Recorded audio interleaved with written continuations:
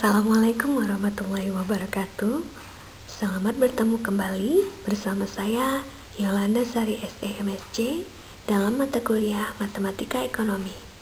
Pada hari ini kita akan membahas materi mengenai penerapan ekonomi dari diferensial fungsi sederhana.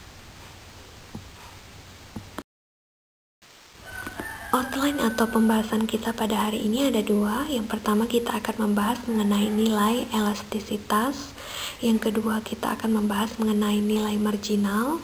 Yang nilai elastisitas itu sendiri nanti terbagi lagi menjadi tiga. Ada yang dinamakan elastisitas permintaan, elastisitas penawaran, dan elastisitas produksi. Sedangkan nilai marginal itu akan terbagi menjadi dua. Yang pertama kita akan membahas mengenai marginal cost atau biaya marginal, dan yang kedua kita akan membahas mengenai marginal revenue atau penerimaan marginal.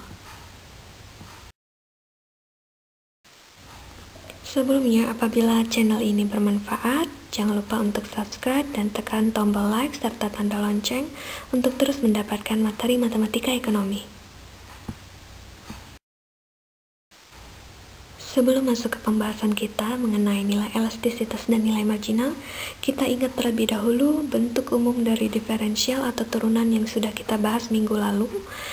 Bentuk umum atau rumusnya adalah Y sama dengan A dikali X pangkat N, itu apabila kita turunkan menjadi N dikali A X pangkat N dikurang 1. Kita masuk ke pembahasan mengenai penerapan ekonomi dari diferensial fungsi sederhana, di mana penerapan ekonominya itu dilihat dari nilai elastisitas dan nilai marginalnya. Nah, nilai elastisitas ini sendiri dia terbagi menjadi tiga. Jadi ada yang dinamakan elastisitas permintaan, ada yang dinamakan elastisitas penawaran, dan ada juga yang dinamakan dengan elastisitas produksi. Nah, elastisitas permintaan itu sendiri adalah pengaruh perubahan harga terhadap besar kecilnya jumlah barang yang diminta. Nah, ada rumusnya atau bentuk umum dari elastisitas permintaan yang disimbolkan dengan sigma QD sama dengan delta QD per delta P dikali P per QD. Ini adalah rumus atau bentuk umum yang harus kita ingat. Berikutnya ada lagi yang dinamakan dengan elastisitas penawaran. Yang dimaksud dengan elastisitas penawaran adalah pengaruh perubahan harga terhadap besar kecilnya jumlah barang yang ditawarkan. Dan rumus atau bentuk umum dari elastisitas penawaran adalah sigma QS sama dengan delta QS dibagi delta P dikali P per QS. Dan yang terakhir adalah elastisitas produksi.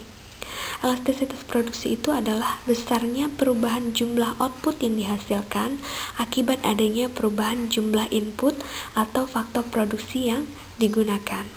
Bentuk umum atau rumusnya adalah sigma P sama dengan delta P per delta X dikali X per P. Agar lebih memahami apa yang dimaksud dengan elastisitas permintaan, penawaran, dan produksi, kita coba melalui contoh soal berikut. Yang pertama, diketahui fungsi permintaan QD sama dengan 25 dikurang 3P kuadrat. Tentukanlah elastisitas permintaan pada saat P-nya sama dengan 5. Kita coba turunkan dari persamaan fungsi permintaan. QD sama dengan 25 kurang 3P kuadrat. Turunannya adalah QD aksen sama dengan min 6P. Min 6P ini didapat dari min 3 dikali 2 pangkatnya menjadi min 6. Dan pangkatnya 2 dikurang 1. Sehingga turunannya adalah min 6P. Nah, kita masukkan ke dalam rumus elastisitas permintaan. Sigma QD sama dengan delta QD per delta P dikali P per QD. Nah, delta QD per delta P ini adalah turunan tadi dari QD aksen atau dari fungsi permintaan. Kita masukkan angkanya min 6P dikali P per 25 dikurang 3P kuadrat. 25 kurang 3P kuadrat ini adalah persamaan atau fungsi permintaan tadi. Tinggal kita masukkan P-nya sama dengan 5 menjadi min 6 dikali 5 kali 5 per 25 dikurang 3 dikali 5 kuadrat. Min 6 dikali 5 adalah min 30 dikali 5 min 150 dibagi 25 dikurang 3 dikali 5 kuadrat itu hasilnya adalah min 50, sehingga min 150 dibagi min 50 hasilnya adalah 3. Min dibagi min adalah plus. Nah, 3 ini bernilai elastis karena dia besarannya lebih besar daripada 0. Jadi elastisitas kalau dia besar dari 0 itu disebut elastis. Kalau besarannya sama dengan 1 disebut elastis uniter, dan apabila besarannya kurang dari 0 itu disebut dengan inelastis. Karena di sini besar dari 0 atau sama dengan 3, maka dia disebut dengan elastis. Artinya harga barang tersebut berubah sebesar 3%. Nah, contoh yang kedua ini adalah diketahui fungsi penawaran atau QS sama dengan min 50 dikurang 3P kuadrat. Tentukanlah elastisitas penawaran pada saat P-nya sama dengan 10. Sama seperti tadi, kita turunkan terlebih dahulu, baru kita masukkan ke dalam rumus elastisitas penawaran. Turunan dari QS sama dengan min 50 dikurang 3P kuadrat adalah min 6P. Sama ya dengan QD tadi. Kita masukkan ke rumusnya, sigma QS sama dengan delta QS per delta P dikali P per QS. Turunannya tadi adalah min 6P dikali P per min 50 dikurang 3P kuadrat. Ini adalah fungsi penawaran tadi. Nah, kita masukkan nilai P-nya sama dengan 10 menjadi min 6 dikali 10 dikali 10 dibagi min 50 dikurang 3 dikali 10 kuadrat.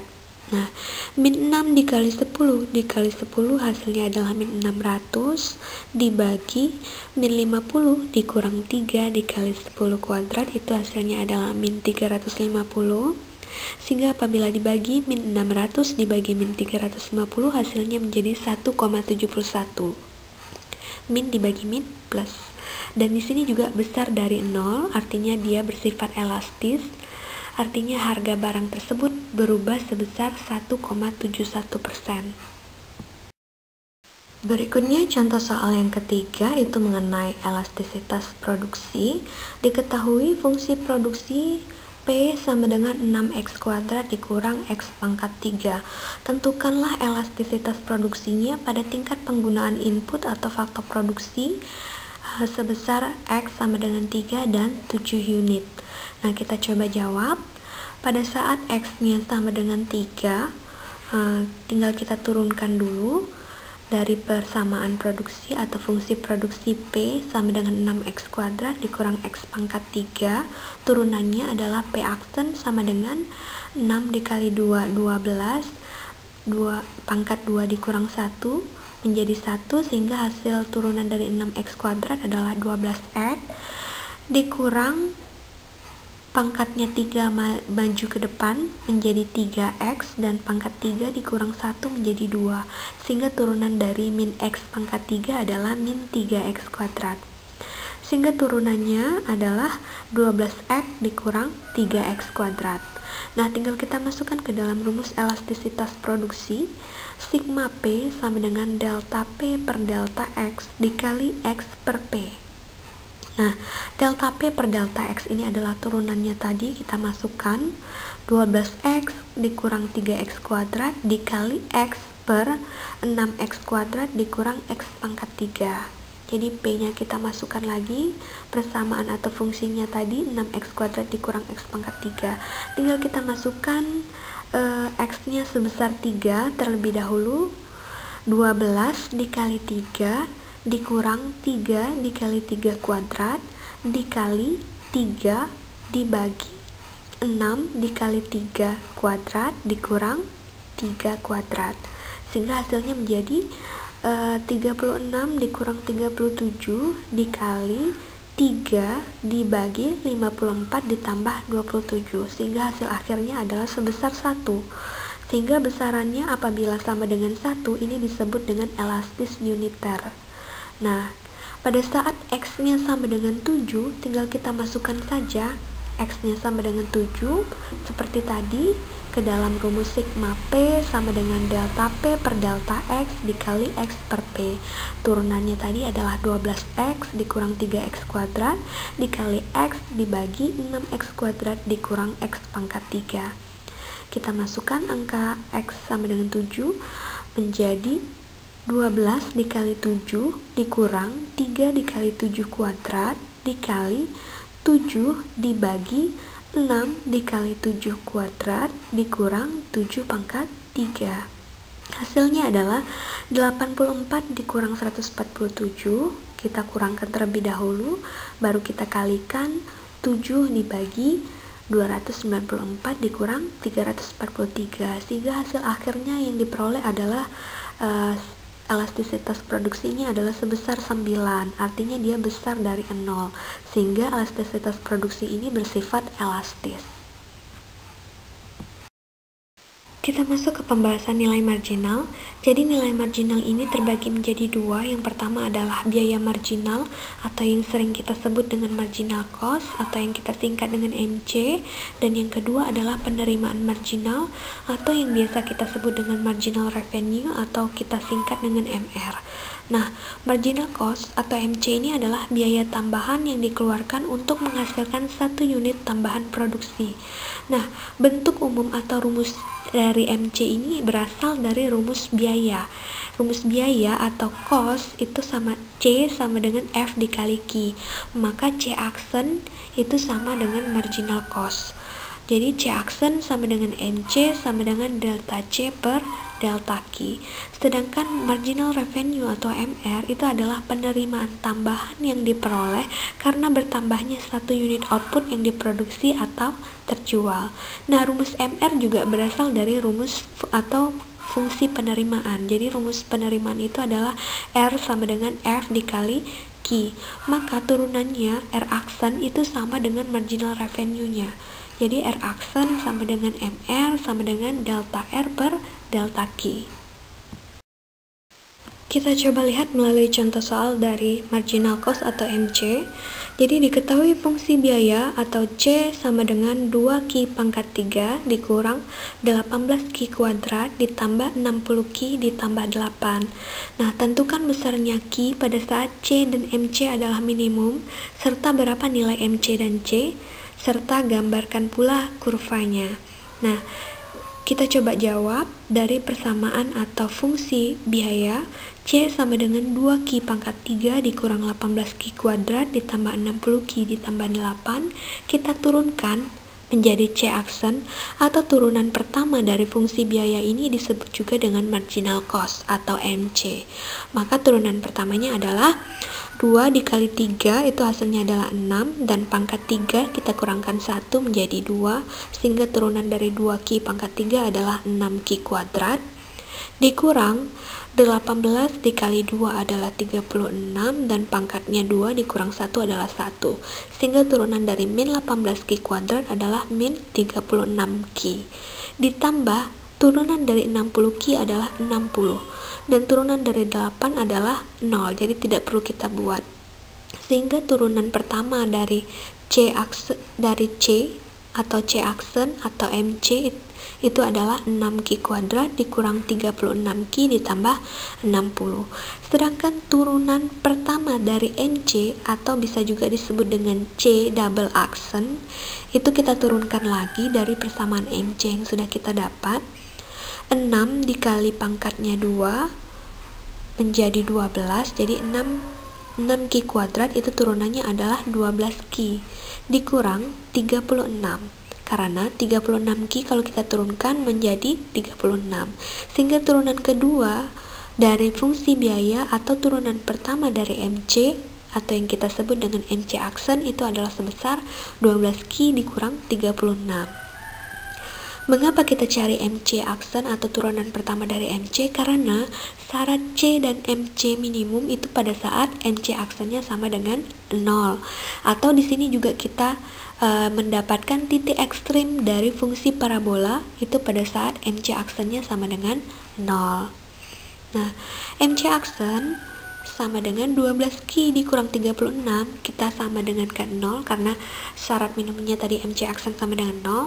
Sehingga 12Q kurang 36 sama dengan 0, kita pindah ruaskan min 36 ke kanan menjadi positif. Menjadi 12Q sama dengan 36. Q sama dengan 36 dibagi 12, sehingga hasilnya kita dapat Q-nya adalah sebesar 3. Nah, Q sebesar 3 ini kita masukkan ke dalam persamaan MC atau marginal cost atau turunan pertama dari fungsi biaya atau C aksen. Menjadi C aksen sama dengan MC sama dengan 6Q kuadrat dikurang 36Q ditambah 60. Kita masukkan nilai Q sama dengan 3. Menjadi 6 dikali 3 kuadrat dikurang 36 dikali 3 ditambah 60. 6 dikali 3 kuadrat itu adalah 54, dikurang 36 dikali 3 adalah 108, dan ditambah 60, sehingga hasilnya menjadi 6, sehingga marginal cost-nya adalah sebesar 6. Nah, Q sama dengan 3 tadi kita masukkan juga ke dalam persamaan atau fungsi biaya yang pertama tadi. C sama dengan 2Q pangkat 3 dikurang 18Q kuadrat ditambah 60Q ditambah 8. Maka apabila Q-nya sama dengan 3, C sama dengan 2 dikali 3 pangkat 3 dikurang 18 dikali 3 kuadrat ditambah 60 dikali 3 ditambah 8. Sehingga hasilnya menjadi C sama dengan 54 dikurang 162 ditambah 180 ditambah 8, dan hasil akhirnya adalah sebesar 80, sehingga nilai C itu adalah sebesar 80. Nah, pada saat Q-nya sama dengan 3, ternyata nilai NC adalah 6, sehingga di sini kita mendapatkan titik ekstrem parabola sebesar 3,6 dengan parabolanya itu terbuka ke atas karena turunan kedua dari MC itu sama dengan 12. Turunan kedua dari fungsi parabola itu yang kita lihat apakah parabolanya akan terbuka ke atas atau terbuka ke bawah. Nah, turunan kedua dari fungsi parabola yang kita lihat tadi adalah dari persamaan atau fungsi MC itu adalah sebesar 12, dimana kalau misalnya besar dari 12 atau besar dari 0 sama dengan 12 atau besar dari 0, artinya dia parabolanya akan terbuka ke atas. Nah, pada saat Q-nya sama dengan 3, maka nilai C-nya adalah 80. Didapatlah titik 3,80. Dan pada saat Q-nya sama dengan 0 dari persamaan C tadi, maka nilai C-nya adalah 8, sehingga didapat titik 0,8. Nah, dari titik inilah nanti kita akan mencoba menggambarkan kurvanya. Nah, bagaimana cara menggambar kurvanya? Jadi tadi kita sudah mengetahui beberapa titik dari fungsi marginal cost dan juga fungsi cost atau fungsi biaya. Nah, dari marginal cost tadi kita sudah mendapatkan titik ekstrim 3,6.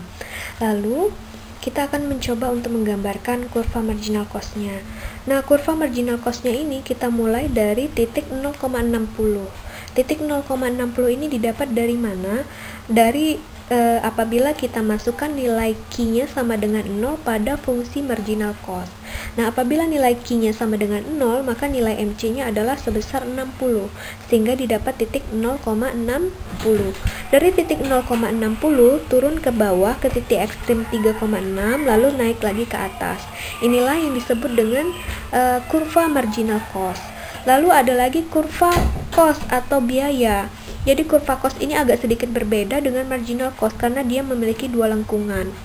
Nah, titik balik antara lengkungan pertama dan lengkungan kedua itu didapatlah tadi titiknya sebesar 3,80. Jadi di sini ya 3,80. Nah, dari mana kita memulainya? Kita memulainya dari titik 0,8. Nah, titik 0,8 ini didapat dari mana? Dari persamaan C atau cost yang pertama tadi. Dari persamaan C sama dengan 2Q pangkat 3 dikurang 18Q kuadrat ditambah 60Q ditambah 8. Nah, kita masukkan nilai Q-nya sama dengan 0 ke persamaan tersebut, sehingga didapatlah nilai C-nya sebesar 8. Nah, didapatlah titik 0,8. Nah, dari titik 0,8 ini kita mulai tarik garis atau kurvanya menuju titik 3,80 atau titik balik antara lengkungan pertama ke lengkungan kedua. Lalu kita teruskan. Nah, inilah yang dinamakan dengan kurva cost. Jadi di sini ada namanya kurva marginal cost dan juga kurva cost. Nah, kita masuk ke contoh soal marginal revenue atau MR. Diketahui fungsi permintaan atau P sama dengan 16 dikurang 2Q. Tentukanlah fungsi penerimaan dan berapa besarnya nilai P, R, dan MR serta gambarkan kurvanya. Nah, yang diketahui tadi adalah fungsi permintaan atau P. Nah, kita ketahui untuk mencari revenue atau R atau fungsi penerimaan rumusnya adalah P dikali Q. Tinggal kita masukkan saja R sama dengan 16 dikurang 2Q dikali Q. Maka hasilnya adalah 16 dikali Q adalah 16Q dan min 2Q dikali Q adalah min 2Q kuadrat. Nah, kalau misalnya ada persamaan atau fungsi yang berbentuk kuadrat, ini disebut juga dengan fungsi parabola. Nah, untuk mencari marginal revenue atau MR-nya, itu kita dapat dari turunan pertama dari fungsi R atau fungsi penerimaan.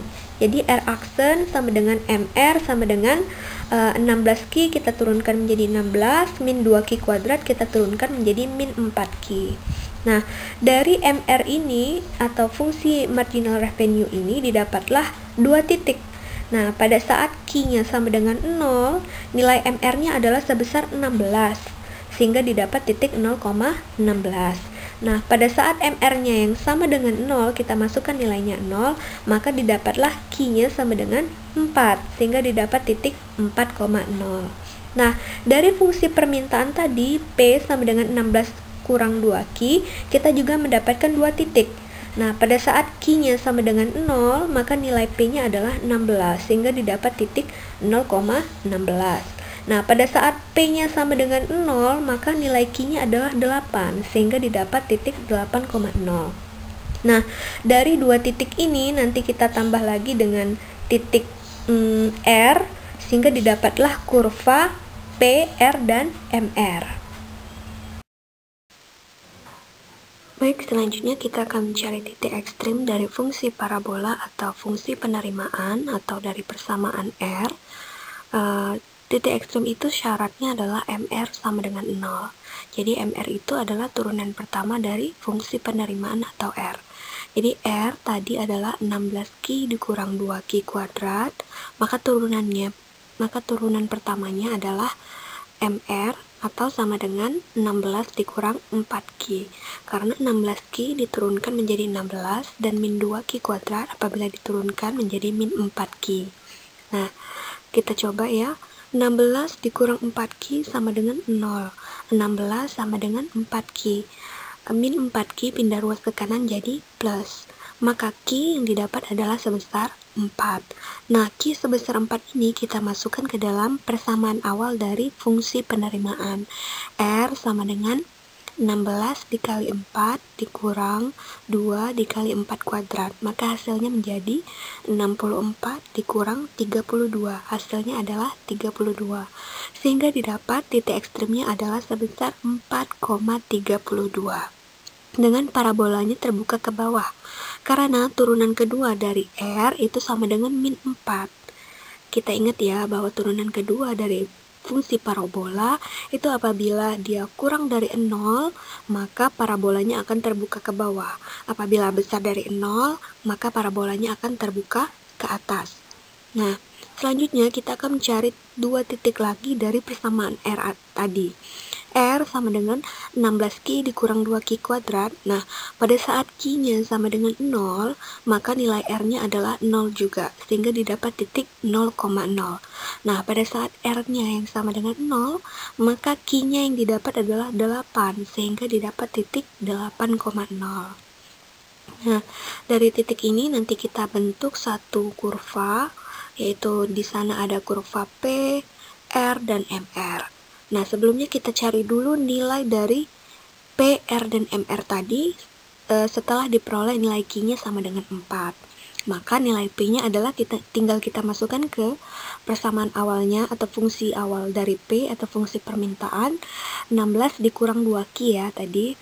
Maka tinggal kita masukkan 16 dikurang 2 dikali 4 sama dengan 8. Itu berarti nilai P-nya adalah 8. Dan nilai R 16Q dikurang 2Q kuadrat sama dengan 16 dikali 4 dikurang 2 dikali 4 kuadrat sama dengan 32. Sehingga nilai R-nya adalah sebesar 32. Untuk nilai MR tinggal kita masukkan ke persamaannya. 16 dikurang 4Q sama dengan 16 dikurang 4 dikali 4, sehingga nilainya adalah sama dengan 0. Nah, berikut kita gambarkan kurvanya. Jadi, yang sumbu tegak lurus atau yang sumbu tegak itu adalah P, R, dan MR, dan sumbu yang mendatar adalah Q.